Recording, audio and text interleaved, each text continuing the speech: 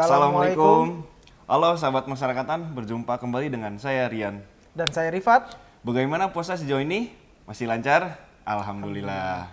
Untuk menemani puasa sahabat pemasyarakatan, kami kembali menghadirkan berbagai informasi seputar pemasyarakatan yang menarik di minggu ini. Untuk menyaksikan berita selengkapnya, tetap bersama kami dalam Apa Kabar Pemasyarakatan. Direktorat Jenderal Pemasyarakatan melaksanakan diseminasi ideologi Pancasila bagi petugas pemasyarakatan dengan menggandeng Badan Pembinaan Ideologi Pancasila.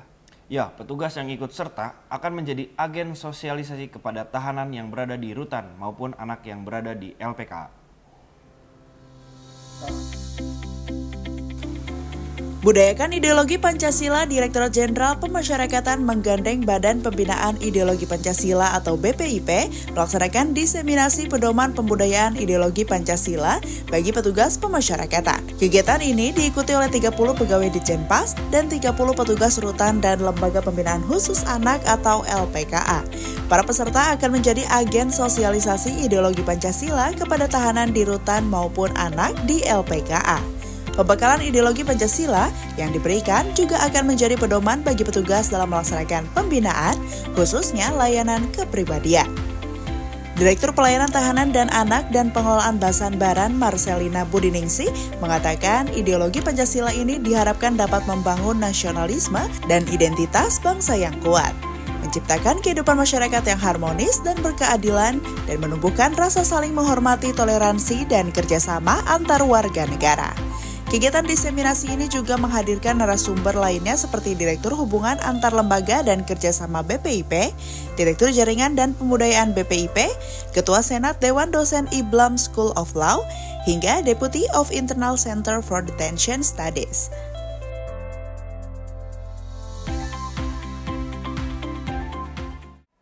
Lapas Narkotika Karangintan menggelar pesantren Ramadan 1445 Hijriah.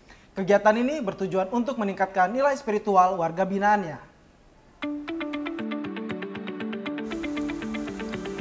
Lapas Narkotika Kelas 2 Karangintan menggelar pesantren Ramadan 1445 Hijriah bagi warga binaannya di Masjid At-Taubah yang berada di lingkungan lapas. Selain untuk mengisi waktu luang selama Ramadan, kegiatan ini juga bertujuan memperkuat karakter dan ilmu agama warga binaan.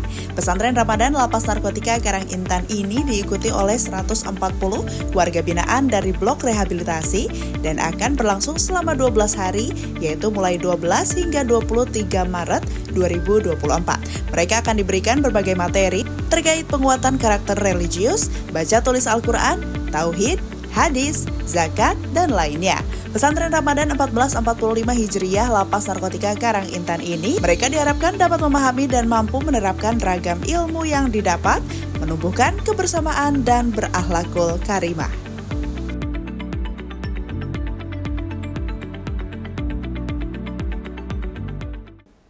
Ketua Umum Paguyuban Ibu-Ibu Pemasyarakatan Ana Renhat meresmikan sarana asimilasi, edukasi, dan pelatihan kerja Lapas Narkotika Bangli. Pada kesempatan tersebut, ia turut mengikuti panen hasil budidaya asparagus warga binaan.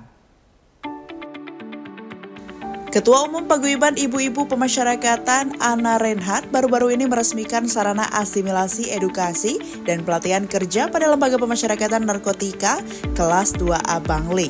Peresmian turut disaksikan Kepala Divisi Pemasyarakatan Kanwil Kemenkumham Bali, Iputu Murdiana, dan Ketua Umum Pipas Daerah Bali, Rini Putu, serta seluruh Kepala Unit Pelaksana Teknis Pemasyarakatan Wilayah Bali. Sarana asimilasi, edukasi, dan pelatihan kerja yang diberi nama Bamba ini akan digunakan sebagai tempat pembinaan kemandirian yang bergerak pada 3 bidang, yaitu tata boga, laundry, dan usaha sablon. Nama Bamba diambil dari maskot Lapas Narkotika Bangli, si Bamba, yang merupakan tumbuhan bambu yang sering dijumpai di area sekitar lapas, yang sangat bermanfaat bagi kehidupan dan budaya masyarakat Bali. Selain meresmikan sarana asimilasi, edukasi, dan pelatihan kerja Bamba, Ana Renhat juga berkesempatan melakukan panen perdana budidaya asparagus, salah satu pembinaan kemandirian unggulan Lapas Narkotika Bangli. Ia juga meninjau seluruh kegiatan pembinaan baik kemandirian maupun kepribadian yang ada di Lapas Narkotika Bangli.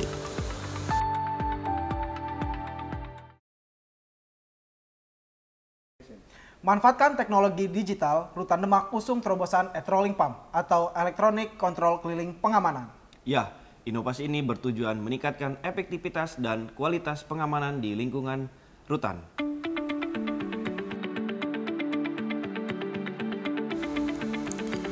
Guna meningkatkan efektivitas dan kualitas pelaporan pengamanan Rumah Tahanan Negara kelas 2B Demak membuat terobosan inovasi unggulan dengan memanfaatkan digitalisasi arsip bernama e-trolling pump atau Electronic Control Keliling Pengamanan.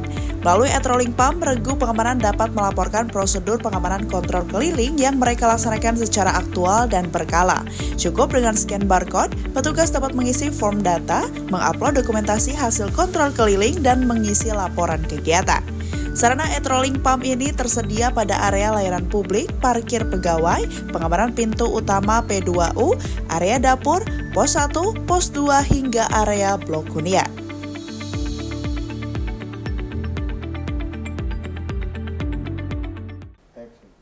Direktur Perawatan Kesehatan dan Rehabilitasi Direktorat Jenderal Pemasyarakatan menghadiri wisuda santri Pondok Pesantren Al-Hidayah Lapas Narkotika Samarinda. Pondok pesantren ini merupakan bagian dari program rehabilitasi sosial.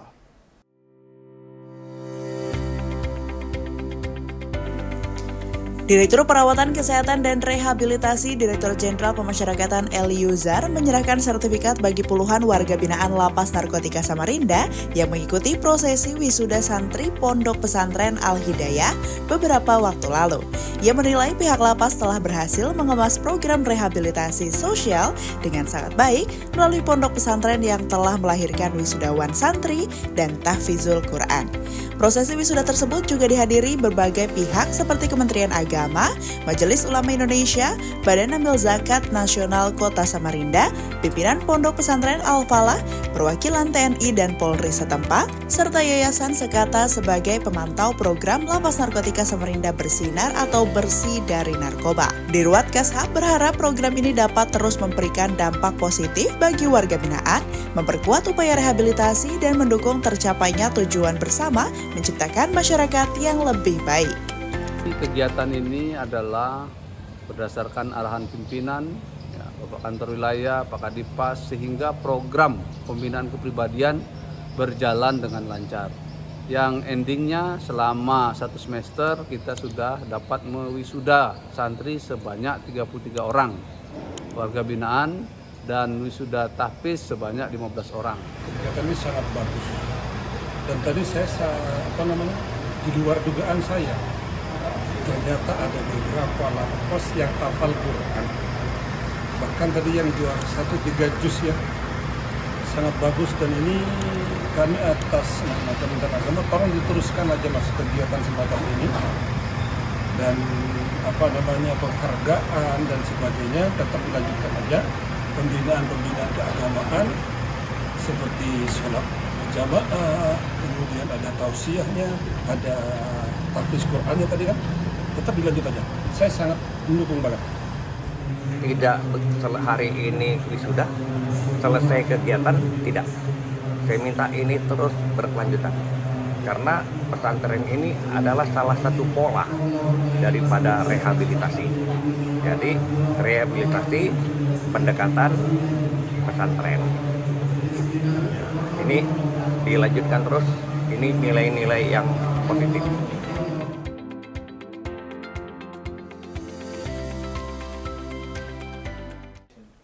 Sahabat masyarakatan, sekian informasi yang dapat kami sajikan di minggu ini. Terima kasih telah menyaksikan Apa Kabar Pemasyarakatan. Sebelum mengakhiri perjumpaan kita kali ini, mari saksikan persembahan spesial dari band dan hadroh Lapas Narkotika Yogyakarta. Untuk tetap update informasi seputar pemasyarakatan, terus ikuti media sosial kami di bawah ini. Dan jangan lupa saksikan Apa Kabar Pemasyarakatan. Pemasyarakatan pasti.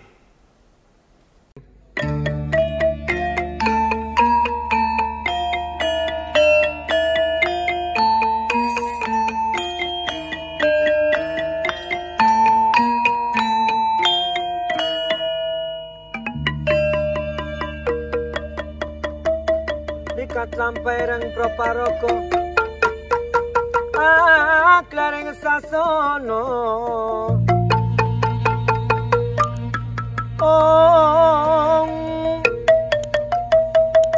Beto suko pareng pangipor lapas narkotika Yogyakarta. Dan ono rupeto yuwono rahayu kang api nang yo.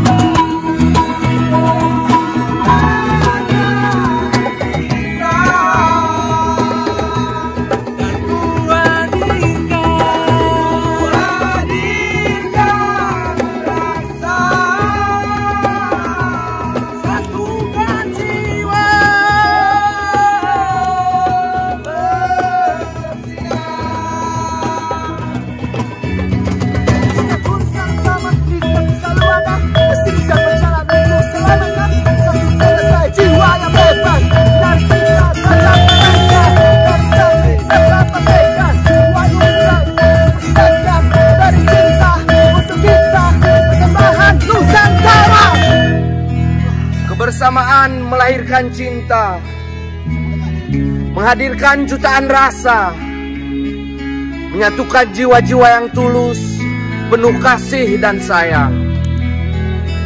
Berbahagialah jiwa yang merawat kebersamaan, yang berbagi cerita dan penderitaan. Jangan tunduk pada keterbatasan. Ubahlah semangat menjadi kemampuan. Seperti sang mentari, berkaryalah dan abadi. Kupersembahkan.